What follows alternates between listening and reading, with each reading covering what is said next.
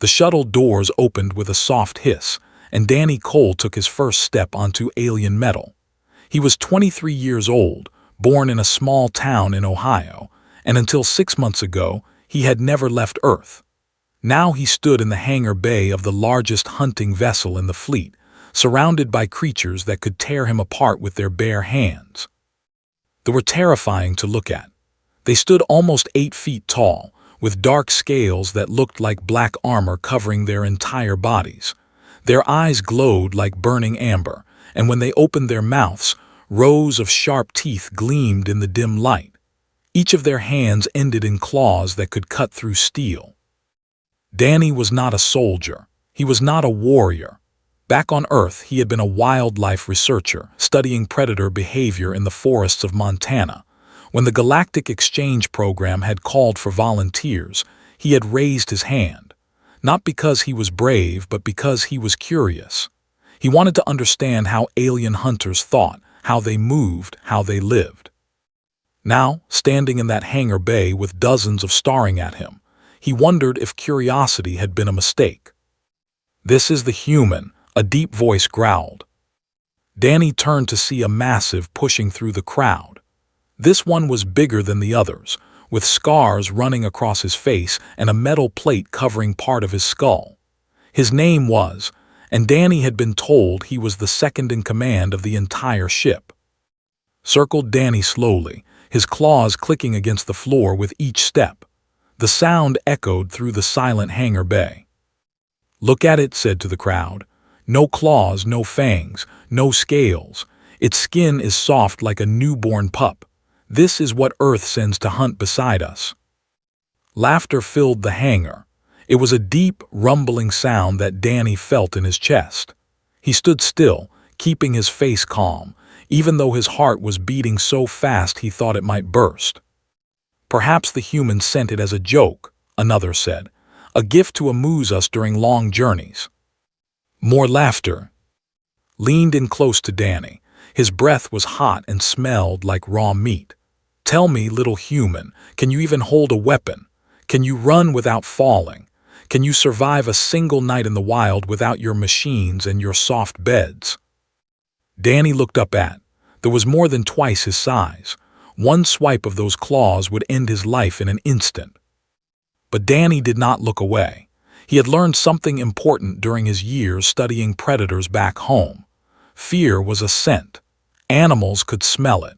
And if there were anything like the wolves and bears he had tracked through Montana winters, they could smell it too. So he pushed his fear down deep inside himself. He locked it away in a place where no one could find it, and he met glowing eyes without blinking. "I guess we will find out," Danny said quietly. For a moment, seemed surprised. Then his lips pulled back in what might have been a smile or might have been a threat. "Yes," said, "we will." He turned and walked away, and the crowd parted to let him through. The other began to move as well, returning to their duties, though many of them threw looks at Danny as they went. Some looked amused. Some looked disgusted. A few looked almost curious. A younger approached Danny once the crowd had thinned. This one was smaller than the others, though still much larger than any human. His scales were a slightly lighter shade of black, and his movements were less aggressive. "I am," he said. "I have been assigned to show you to your quarters." Danny nodded, "Thank you." Led him through a maze of metal corridors.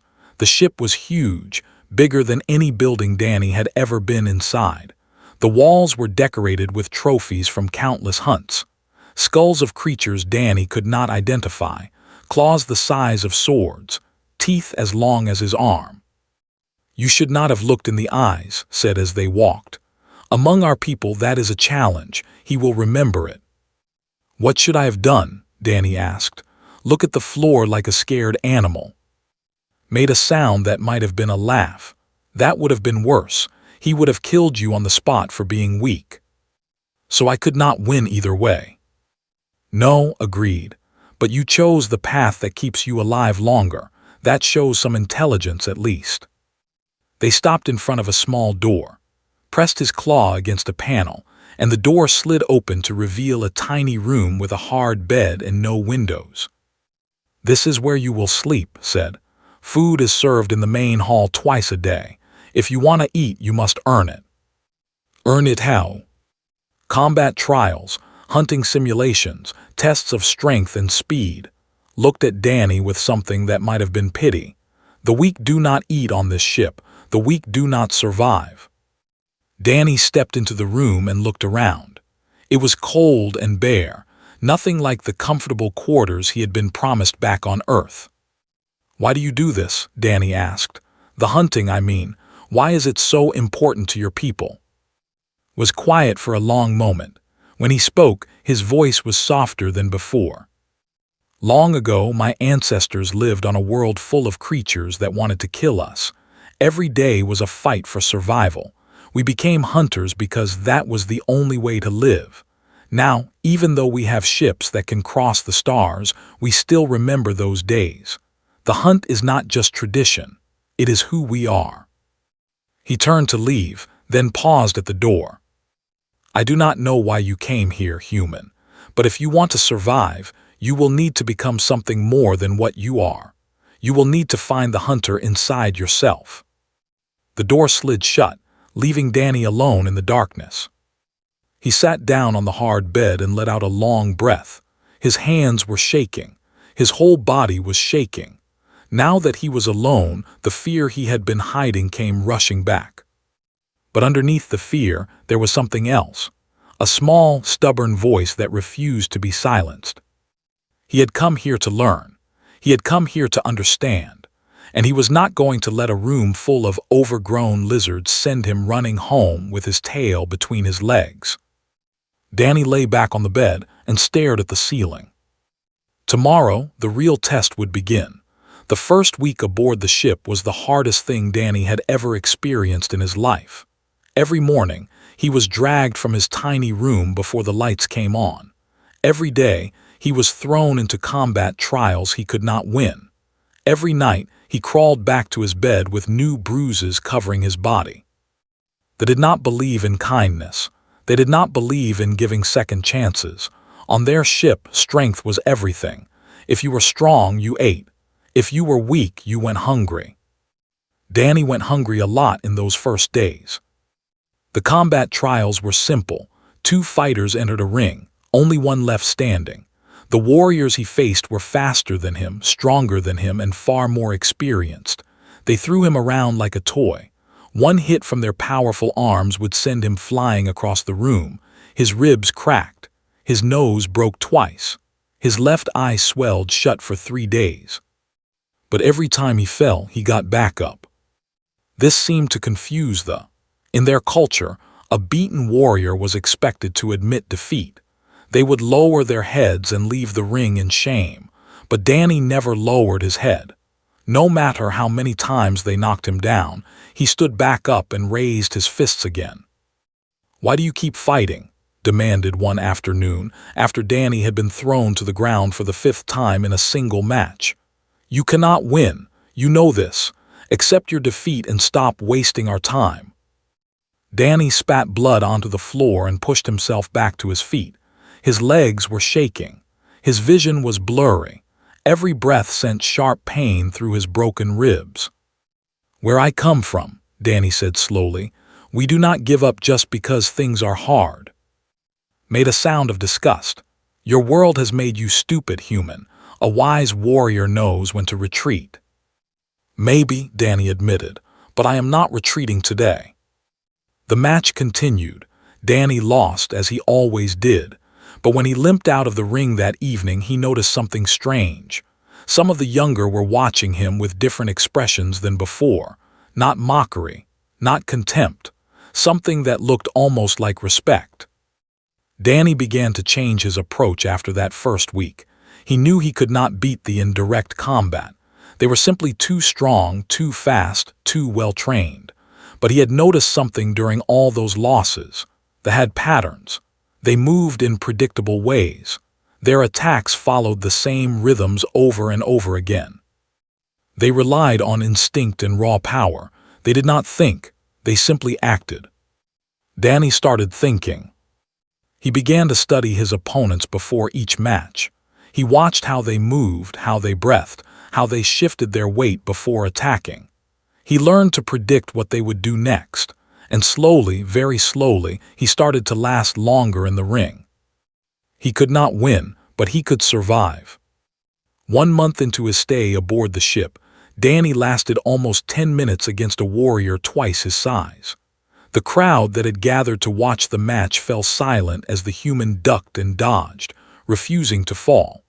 When he was finally knocked down for the last time, his opponent was breathing hard and sweating. No human had ever made a sweat before. Danny also began to learn their language. They spoke with a mix of words, clicks, and growls. Each sound carried meaning. A low rumble meant warning. A sharp click meant surprise. A certain pattern of growls meant deep respect. He practiced every night in his tiny room, repeating sounds until his throat was sore. They had translators that allowed them to understand his English, but speaking their language was different. It showed that he saw them as equals. It showed that he was trying to understand them, not just survive among them. The first time Danny greeted a warrior in their own tongue, the warrior stopped in his tracks and stared at him for a long moment. Then, slowly, the warrior nodded and responded in kind. It was a small victory, but on a ship where Danny had no victories at all, it meant everything. The hunting simulations were another part of his training. They used advanced technology to create realistic environments where warriors could practice their skills. Jungles, deserts, frozen wastelands. Each simulation contained dangerous creatures that the warriors had to track and kill. Danny failed these simulations at first, just like he failed everything else. The hunters moved through the virtual wilderness like ghosts. They could smell prey from miles away. They could hear a heartbeat through solid rock. Their senses were far beyond anything human. But Danny had something they did not. He had patience. They were aggressive hunters. They chased their prey. They attacked head-on. They relied on speed and power to win. Danny watched them make mistakes because of this aggression. They would charge into traps. They would miss obvious signs of danger. They would let their excitement blind them to what was really happening around them. Danny took a different approach. He moved slowly. He studied the ground for tracks. He looked for patterns in the way the prey moved. He set traps and waited for his targets to come to him instead of chasing them across the wilderness. The thought this was cowardly at first. Real hunters did not hide and wait. Real hunters faced their prey head-on. But then Danny started winning simulation that experienced warriors had failed. His methods were strange, his approach was different, but his results could not be. Found him one evening in the mess hall, sitting alone with an empty plate in front of him. Danny had finally earned enough points in the simulations to receive a full meal. It was the first time in weeks that his stomach was not growling. "You are changing," said, sitting down across from him. Danny looked up. "What do you mean?" "When you arrived, you were soft, weak, easy to break." Studied him with those glowing amber eyes. "Now you are something else. I do not know what to call it, but you are not the same human who stepped off that shuttle." Danny thought about this for a moment. On my world, we have a saying, "What does not kill you makes you stronger." "A foolish saying," replied. "Many things that do not kill you will still leave you broken and useless." "True," Danny agreed, "but that is not what is happening here." Was quiet for a long time. Then he leaned forward, his voice dropping to a whisper. "Something is coming, human. The elders have received word of a hunt, a real hunt, not a simulation. Something dangerous enough that the Supreme Hunter himself will lead the expedition." He paused. "You have proven yourself more capable than anyone expected, but this hunt will be different. This hunt will kill warriors far stronger than you." Danny felt a chill run down his spine. He had heard stories about the Supreme Hunter, the Undying, a living legend among a warrior who had survived battles that should have killed him 100 times over. "Why are you telling me this?" Danny asked. Stood up and turned to leave. Before he walked away, he glanced back over his shoulder. "Because I think you might be foolish enough to volunteer, and I wanted you to know what you would be walking into." He disappeared into the crowd, leaving Danny alone with his thoughts. A real hunt, led by the Supreme Hunter himself. Danny knew he should be afraid.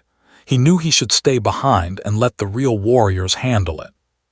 But somewhere deep inside, a small voice was telling him something different. This was what he had been waiting for. The announcement came in the middle of the night. Every speaker on the ship crackled to life at the same moment, filling the corridors with a single deep voice. "All warriors report to the main hall immediately. The Supreme Hunter demands your presence." Danny had been sleeping when the call came. He pulled himself out of bed and followed the stream of rushing through the corridors. Whatever was happening, it was clearly important. He had never seen the warriors move with such urgency before. The main hall was the largest room on the ship. It could hold thousands of standing shoulder to shoulder. Tonight, it was packed. Warriors of every rank filled the space, their scales gleaming in the low light. The air was thick with tension and something else. Something Danny had not felt on this ship before. Fear. A platform rose at the front of the hall, and standing upon it was a figure Danny had only seen from a distance before. The Undying, the Supreme Hunter. Was old. That was the first thing Danny noticed. His scales had faded from pure black to a grayish color, marked with hundreds of scars from battles across the galaxy. His left eye was missing, replaced by an empty socket that he made no effort to hide. His right eye glowed brighter than any Danny had ever seen, burning like a small sun in his skull. Despite his age radiated power, every movement he made was controlled and precise. When he spoke, his voice carried across the hall without effort. 3 days ago, we received a distress signal from Prime, said. One of our colony worlds on the edge of space. The signal spoke of a creature rising from the deep caverns beneath the surface, a creature we have not seen in living memory. He paused, letting his words sink in. The has returned. A gasp ran through the crowd. Danny did not know what it was, but he could see the reaction it caused. Warriors who had laughed at him for being weak now looked pale and uncertain. Some of them were actually trembling. For those of you too young to remember, continued, "Thee is the deadliest predator our people have ever encountered. It hunts in total darkness. It moves faster than the eye can follow. Its claws can cut through the strongest armor ever made." His voice dropped lower. No hunting party has ever killed and returned alive. The hall was completely silent now. "I will lead an expedition to Prime personally," announced. "We will find this creature, we will face it, and we will bring back its head as proof that they still deserve our place as the greatest hunters in the galaxy." He raised his claw and pointed at the crowd. "I need 20 warriors, volunteers only. Know that if you step forward, you may not return, but if we succeed, your names will be remembered for 1,000 generations."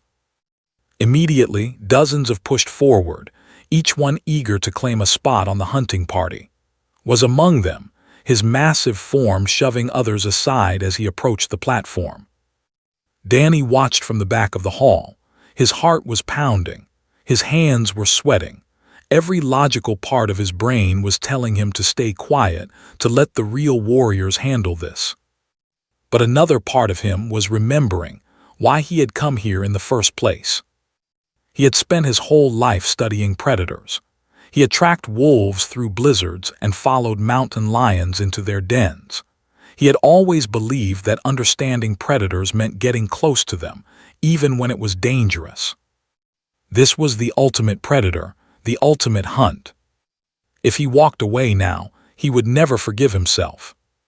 Danny pushed through the crowd until he reached the front of the hall. The 20 spots had already been filled, and the other chosen warriors stood on the platform beside, looking down at the rest of the crew with pride. "I invoke the right of the unblooded." The words came out of Danny's mouth before he could stop them.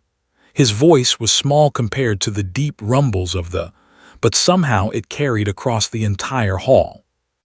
Everything stopped. Every eye in the room turned to stare at him. The on the platform looked down with expressions of shock and anger, his face twisted with rage. "What did you say, human?" growled. "The right of the unblooded," Danny repeated, his voice steadier now. "Any warrior who has not yet proven themselves in true combat may claim a place on a hunt. It is the law." "You dare to speak our laws to us?" roared. He jumped down from the platform and stalked toward Danny, his claws extended. "You are not one of us. You have no right to invoke anything. You are nothing but a joke, a weakling that we have tolerated for our amusement." He raised his claw to strike Danny down. "Enough." The single word stopped in his tracks. The Undying had spoken. The Supreme Hunter stepped to the edge of the platform and looked down at Danny. His single eye seemed to pierce right through him, seeing everything Danny was and everything he was afraid of. "The human speaks true," said slowly. "The right of the unblooded is our law. It was written in the time of our ancestors, and it applies to any warrior aboard a vessel, regardless of their species." Spun around, his voice filled with disbelief. "Supreme Hunter, you cannot be serious. This creature will die within moments of landing on Prime. He will slow us down. He will get our warriors killed." "Perhaps," agreed, "but the law is the law." He looked at Danny again, studying him the way a scientist might study an interesting insect. "Tell me, human, why do you wish to join this hunt? You must know that you will almost certainly die." Danny swallowed hard. Every part of him wanted to run away, to take back his words and disappear into the crowd. But he forced himself to stand straight and meet Sci. "Because this is why I came here," Danny said. "Not to sit safely on the ship while others fight. Not to watch from a distance while history happens. I came here to learn what it means to be a hunter, and I cannot learn that by hiding from the hunt." Was silent for a long moment. The entire hall held its breath, waiting. Then slowly, the Supreme Hunter's face twisted into something that might have been a smile. "You have courage, human, foolish courage, but courage all the same." He nodded once.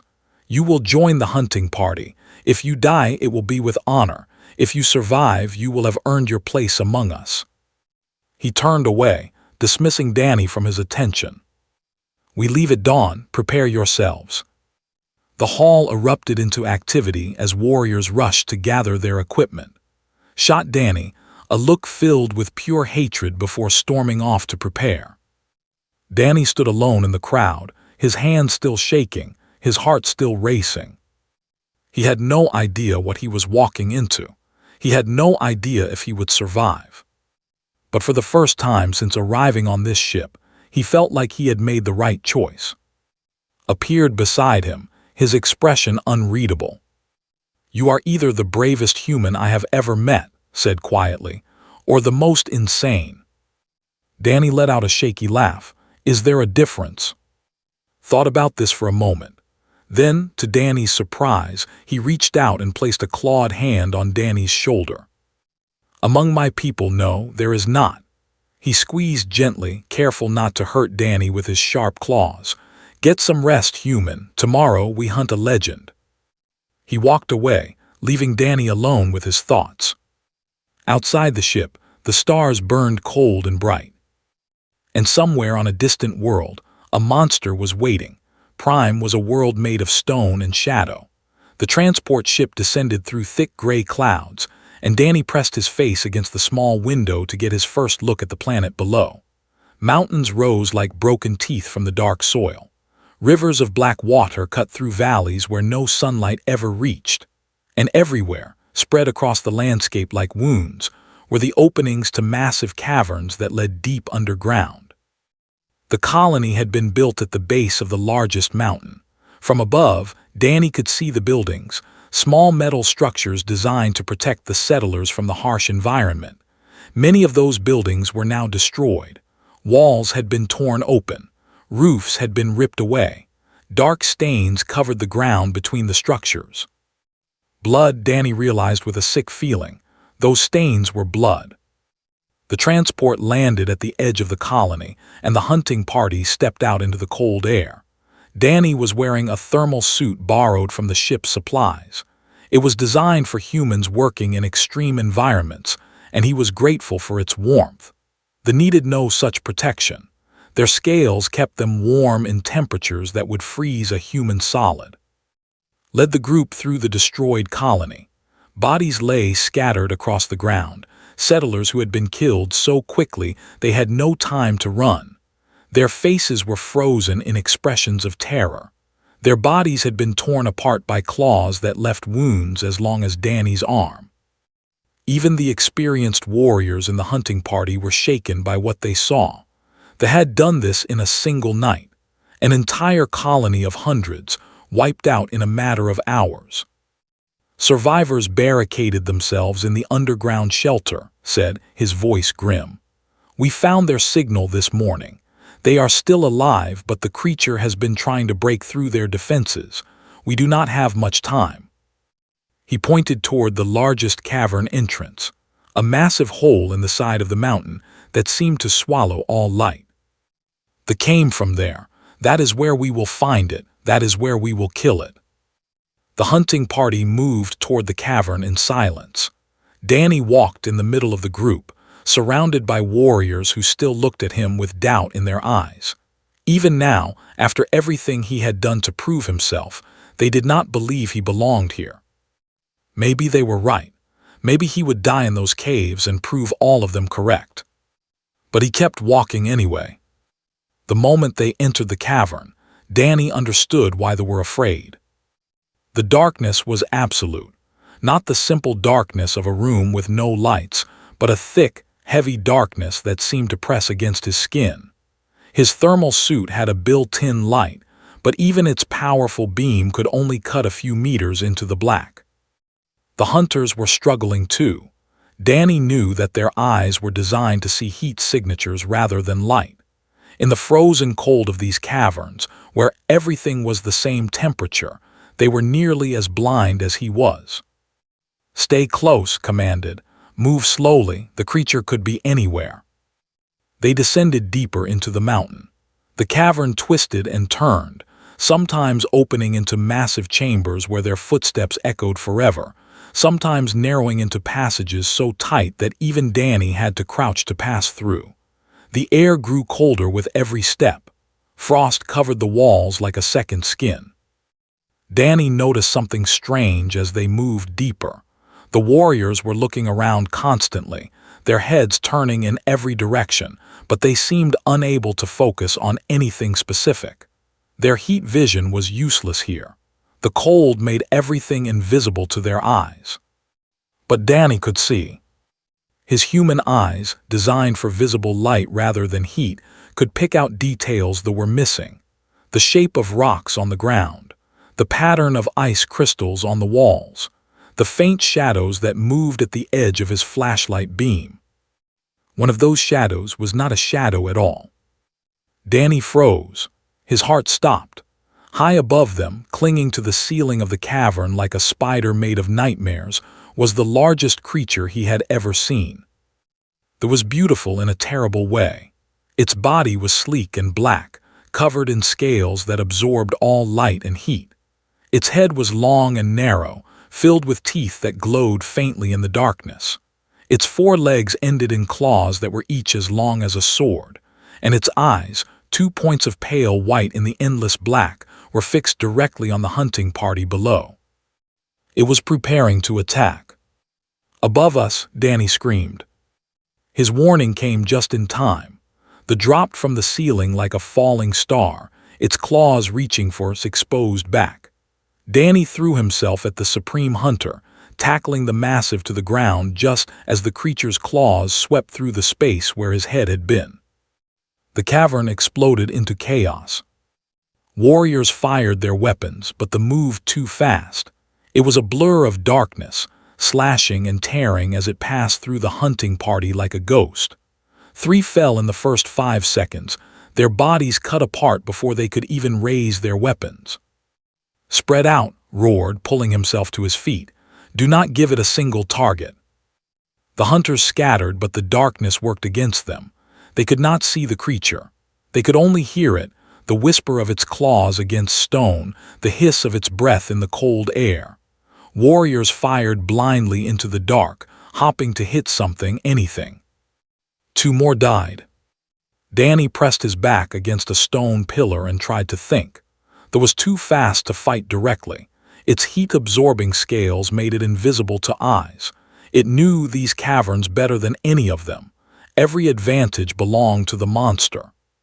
But Danny had one thing the creature did not expect. He could see it. His human eyes, useless in so many situations, were perfect for this moment. The scales absorbed heat, but they still reflected the faint light from his flashlight. Every time the creature moved, Danny caught a glimpse of its shape against the darkness. He had been a wildlife researcher for years. He had tracked predators through forests and mountains and frozen wastelands, and he had learned one important lesson in all that time. Every predator had a weakness, you just had to find it. Danny remembered something from his training back on Earth, a technique his instructor, Marsh, had taught him during survival exercises. Predators that relied on heat vision could be confused by sudden temperature changes. A flash of heat in a cold environment would blind them, scramble their senses, leave them vulnerable. He looked around frantically and spotted what he needed. One of the fallen warriors had been carrying plasma charges, small grenades used to start fires in frozen environments. 2 of them had rolled free when the warrior fell. Danny ran. The sensed his movement and turned toward him, its white eyes locking onto his small form. It leaped, covering the distance between them in less than a second. But Danny had already grabbed the plasma charges. He cracked them open against the stone floor, spilling their superheated contents across the cavern. The effect was immediate. A wave of intense heat exploded outward, filling the frozen cavern with fire and light.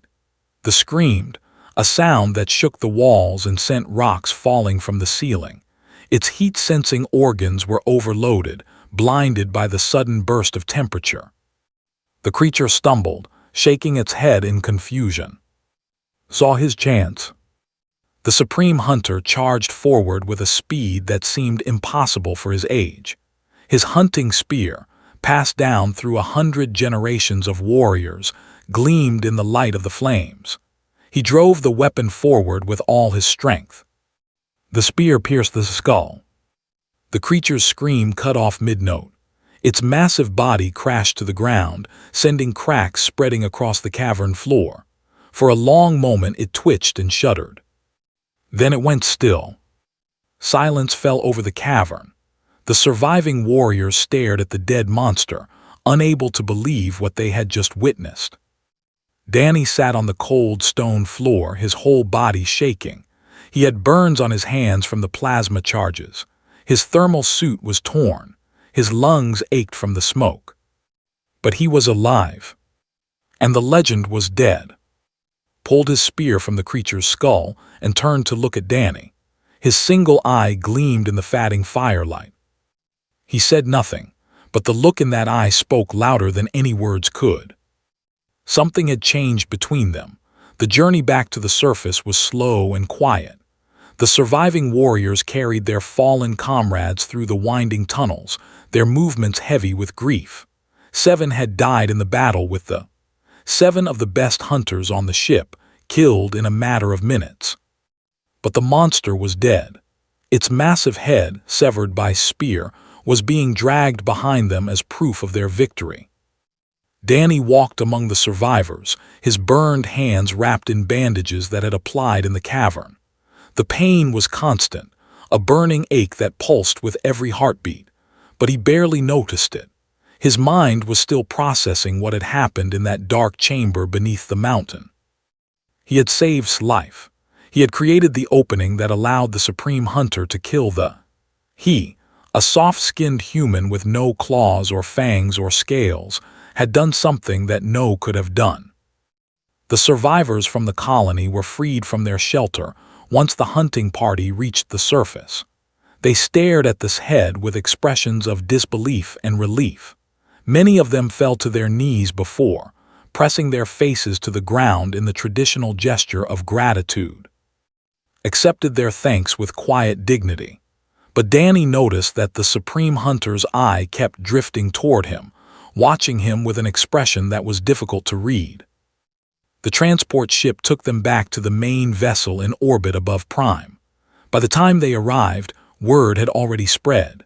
The crew lined the corridors as the hunting party walked through, their voices raised in the traditional chant of victory. The sound was deafening, a roar of pride and celebration that shook the walls. When they reached the main hangar bay, Danny saw that the entire crew had gathered to welcome them home. Thousands of stood in perfect rows, their amber eyes fixed on the returning warriors. Was the first to step forward. His face was harder to read than usual. He had fought bravely against killing one of its legs with a well-placed shot before being thrown against a wall. He had survived, but barely. He approached Danny directly. The crowd fell silent, watching to see what would happen. Everyone remembered how had treated the human from the moment he arrived. Everyone remembered the mocking, the cruelty, the attempts to break Danny's spirit. Stopped in front of Danny and stared down at him for a long moment. His massive form blocked out the light. His claws hung at his sides, close enough to strike. Then slowly lowered his head. It was the traditional gesture of respect, a warrior acknowledging another warrior as an equal. "I was wrong about you, human," said, his voice carrying across the silent hangar. "You have the heart of a hunter. I will not forget what you did in those caves." Danny felt something loosen in his chest. He nodded, accepting the gesture. "Thank you." Stepped back, and for a moment, Danny thought the ceremony was over. He started to move toward the edge of the crowd, looking for somewhere quiet where he could sit down and rest. But then a new voice spoke, and everything stopped. "Wait." The Undying stepped forward from the hunting party. The crowd parted before him like water around a stone. Every in the hangar stood completely still, their eyes fixed on their supreme hunter with reverence and awe. Walked slowly across the open space until he stood directly in front of Danny. Up close, the old warrior was even more impressive than Danny had realized. Despite his age and his scars, radiated a power that was almost physical.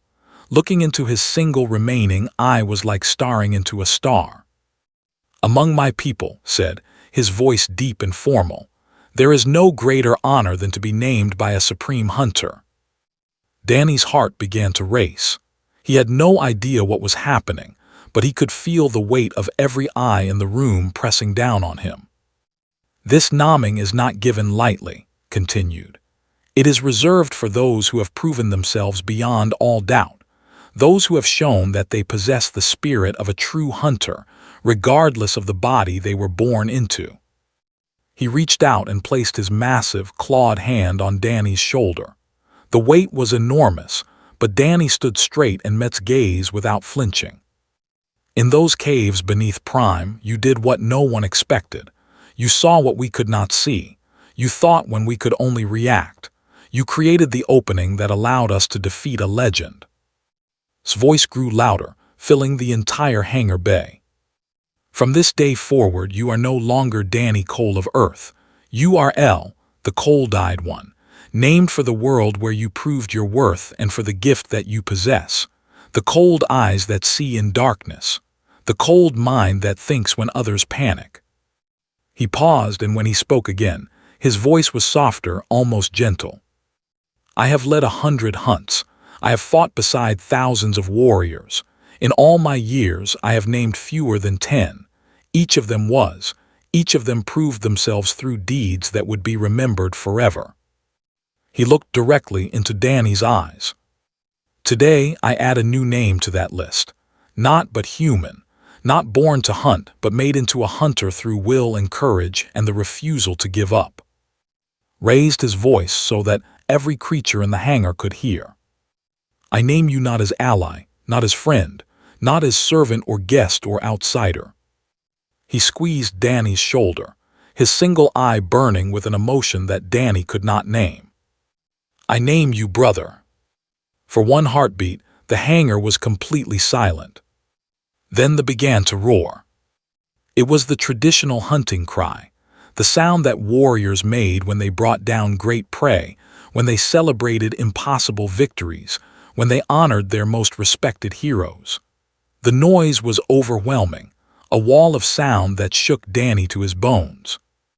He stood in the center of it all, unable to move, unable to speak. Tears were running down his face, though he was not sure when he had started crying. Around him, warriors who had once mocked him now raised their fists in salute, shouting his new name over and over again. El pushed through the crowd and appeared at Danny's side. He was smiling, actually smiling, with his sharp teeth gleaming in the light. "Welcome to the family, brother," said. Danny laughed. It was a strange, broken sound, caught somewhere between joy and shock and overwhelming emotion. "Thank you," he managed to say, "for everything." Shook his head. "You did this yourself, I simply watched." The celebration continued for hours.